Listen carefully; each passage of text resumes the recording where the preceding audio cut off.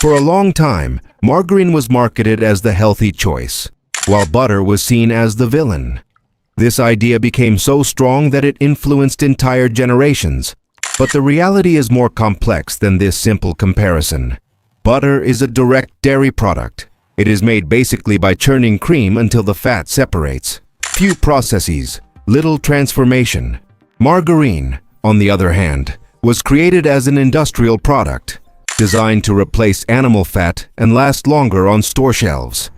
The problem is that, to achieve that texture and shelf stability, some versions of margarine went through intense industrial processes involving refined oils and chemical modifications. This led it to be promoted as light, while at the same time being highly formulated. For years, the rule became, plant-based is automatically better. But with advances in research, this view started to be questioned, especially regarding the level of processing and the type of fat present in some older versions. Today, the discussion is no longer which one is good or bad, but rather how processed each food is and how it fits into the overall diet. The most interesting part of this story is not butter or margarine itself, but how a narrative can completely change the way millions of people choose what they eat. In the end, the question is not which one is better. The question is, how many other truths about food will still change over time? For a long time, eggs were seen as one of the biggest villains in nutrition. It was believed that they raised cholesterol and therefore should be avoided. This idea spread through diets, old medical recommendations, and became almost a rule. But science has come to understand something important over time. Dietary cholesterol does not work the same way in the body for most people. In practice, the liver itself regulates internal cholesterol production, adjusting the balance when foods like eggs are consumed. In other words, eating eggs does not automatically increase blood cholesterol in most cases. What really has a stronger influence are overall dietary patterns, food quality, and lifestyle. Eggs are actually a very complete food. They contain high-quality protein, fats, vitamins, and important minerals. The problem was never the egg itself, but how it was interpreted for so long. Today, it is once again seen as a nutritious food within a balanced diet, without the universal villain label it carried for decades.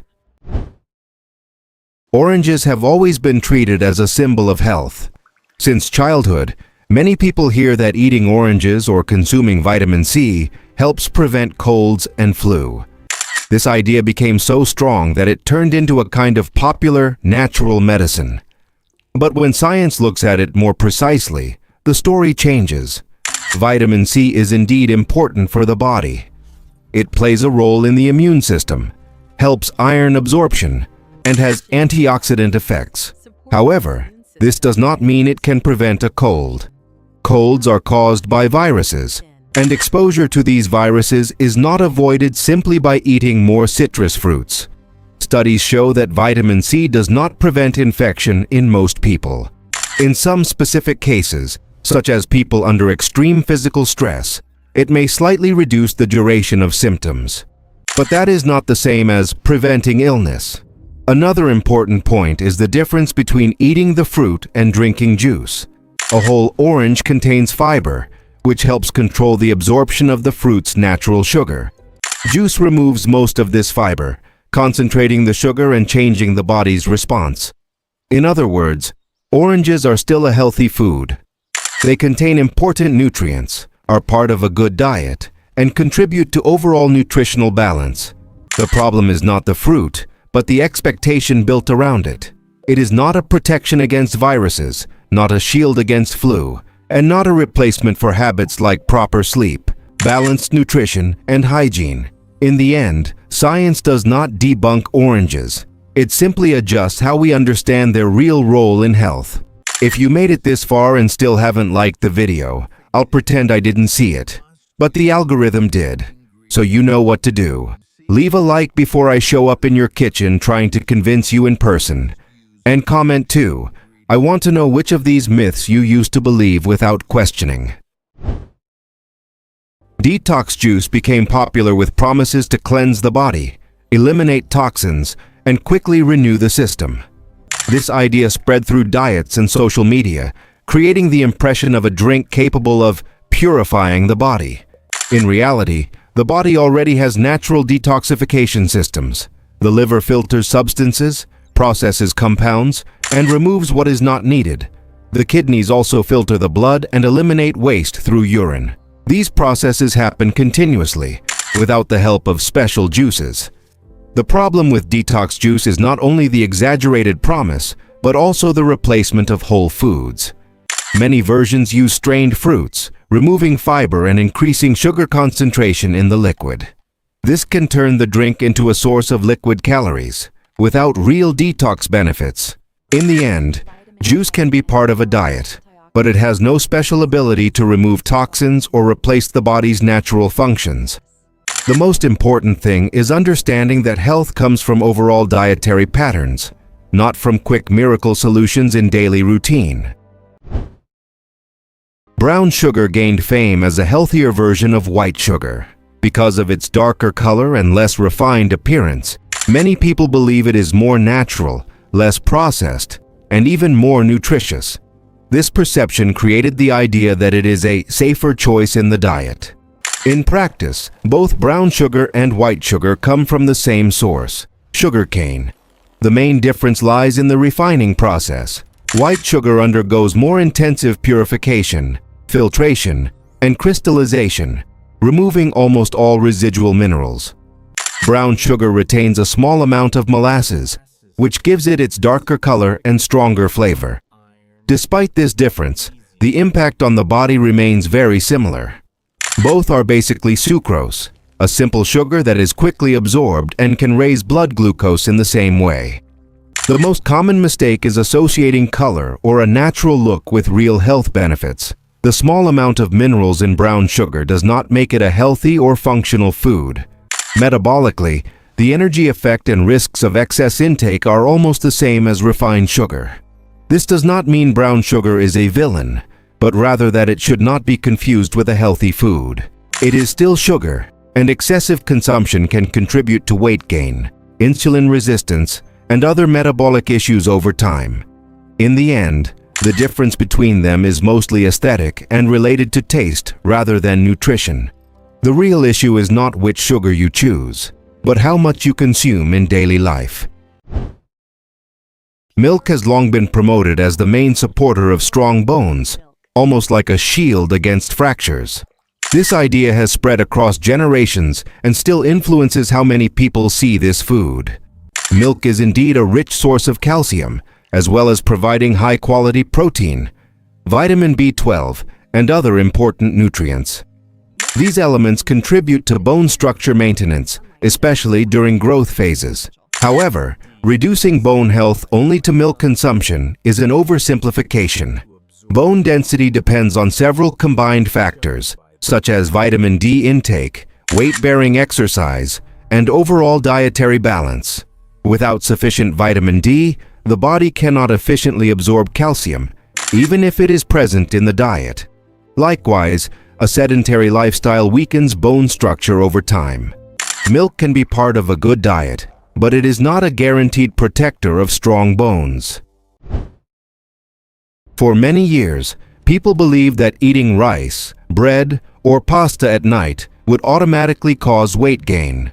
This belief became so popular that many started avoiding carbohydrates at dinner out of fear of getting fat while sleeping. But this does not match how the human body actually works. Weight gain does not depend on the time food is eaten, but on the total energy balance throughout the day. In other words, what matters is the relationship between what you consume and what you burn over 24 hours. Rice, bread, and pasta are sources of carbohydrates, which provide energy. The body uses this energy immediately or stores it strategically for later use, regardless of whether it is morning, afternoon, or night. Metabolism does not turn off at night. While you sleep, the body continues functioning, regulating hormones, maintaining temperature, breathing, and even using energy for essential internal processes. The mistake in this belief is confusing timing with excess. If someone consumes more calories than they burn throughout the day, weight gain can occur, even if it happens in the morning. Likewise, it is possible to eat carbohydrates at night in appropriate portions within a balanced diet without any negative impact on weight. In the end, rice, bread, and pasta are not nighttime villains. What really matters is not the time you eat, but the overall dietary pattern built over time. Whole foods gained a reputation for being always healthy, and because of that, many people believe they can be eaten without limits. The idea is simple. If it's whole grain, then it won't make you gain weight and can be eaten freely. But that is not true. Whole wheat bread, brown rice, whole grain pasta, and even fitness biscuits are still sources of carbohydrates and therefore contain calories like any other food. The main difference in whole foods is the presence of fiber, vitamins, and minerals that are partially lost in refined versions. Fiber helps digestion, increases satiety, and can reduce blood sugar spikes. However, this does not make them calorie-free foods. If consumed in excess, they can still contribute to weight gain, just like any other energy-dense food. The mistake is confusing healthier with unlimited. A food can be better than its refined version, but still requires balance in quantity. In the end, whole foods are good options within a balanced diet, but they are not a free pass for overeat. Fruit juice has always been seen as an automatically healthy choice simply because it comes from fruit.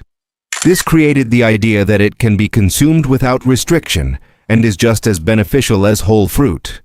However, when fruit becomes juice, its structure changes significantly. The main loss is fiber, which is essential for slowing sugar absorption and increasing satiety. Without it, the fruit's natural sugar becomes more concentrated and is absorbed more quickly. Another important point is quantity. It usually takes several fruits to make 1 glass of juice, increasing sugar and calorie intake at once. This can cause faster blood sugar spikes than eating whole fruit. In addition, juice does not require chewing, which reduces satiety signals sent to the brain. This makes overeating easier without noticing. Whole fruit, on the other hand, is slower to eat, more filling, and better regulates blood sugar due to its fiber content. This does not mean juice is bad, but it should not be seen as unlimited or equivalent to whole fruit. Balance remains the key point. For a long time, the word fat was treated as something negative in nutrition. This led many people to believe that all types of fat should be avoided to maintain health and control weight. This simplified view created one of the biggest nutritional myths, the idea that all fat is harmful. In reality, fats are essential nutrients for human body function. They are involved in hormone production, help absorb vitamins A, D, E, and K, and are important energy sources. The problem was never fat itself, but the type and amount consumed. There are different types of fat. Unsaturated fats, found in foods like olive oil, avocado, nuts, and fish, are associated with cardiovascular benefits when consumed in balance. Trans fats, found in some ultra-processed foods, are linked to negative effects and should be avoided as much as possible.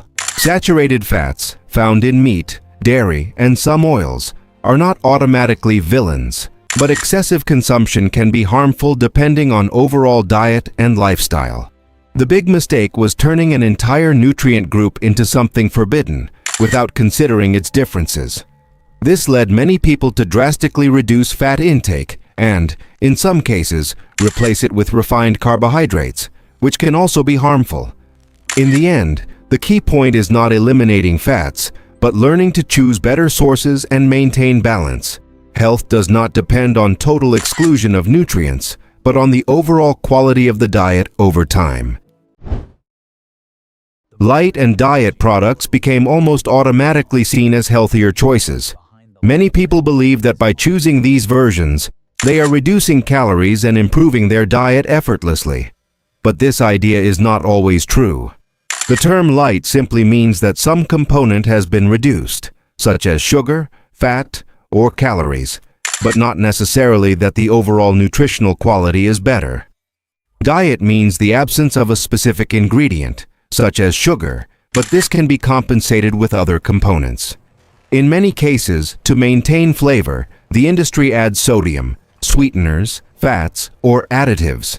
This can make the product nutritionally similar or even worse than the original version chew, depending on consumption. Another important point is that these products are still ultra-processed foods. That means they go through several industrial steps and are not automatically healthy. The mistake is thinking that light or diet means you can eat without control. What still matters most is the quantity and the overall dietary context. In recent years, gluten has gained a reputation as a dietary villain.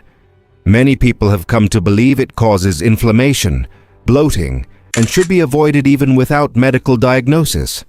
This idea has spread mainly through diet trends and social media content. Gluten is a natural protein found in grains such as wheat, rye, and barley. It is responsible for the elasticity and structure of foods like bread and pasta, helping create texture and softness. For most people, gluten causes no problems. The body digests it normally without negative effects. Only a specific group needs to avoid it: people with celiac disease, who have an autoimmune reaction to gluten, as well as cases of non-celiac sensitivity diagnosed by professionals. The problem is that many people started removing gluten from their diet unnecessarily, believing it would automatically lead to weight loss or better health. However, gluten-free foods are not always healthier and may even contain more sugar and fat to compensate for texture and flavor. In addition, cutting gluten without guidance can reduce dietary variety and lower fiber intake from important whole grains. In the end, gluten is not a universal enemy. For most people, it is part of a normal and balanced diet with no harm. If this video opened your mind even by 1%, do the basic thing right. Subscribe to the channel, because here we debunk food myths without starving you of information. And share this video with your friends, especially the one who still thinks detox juice can fix everything with one sip. Let's spread knowledge, and a bit of reality check too. And don't leave yet. Click on the next video on your screen, because if this one surprised you, the next will probably make you look at your fridge differently.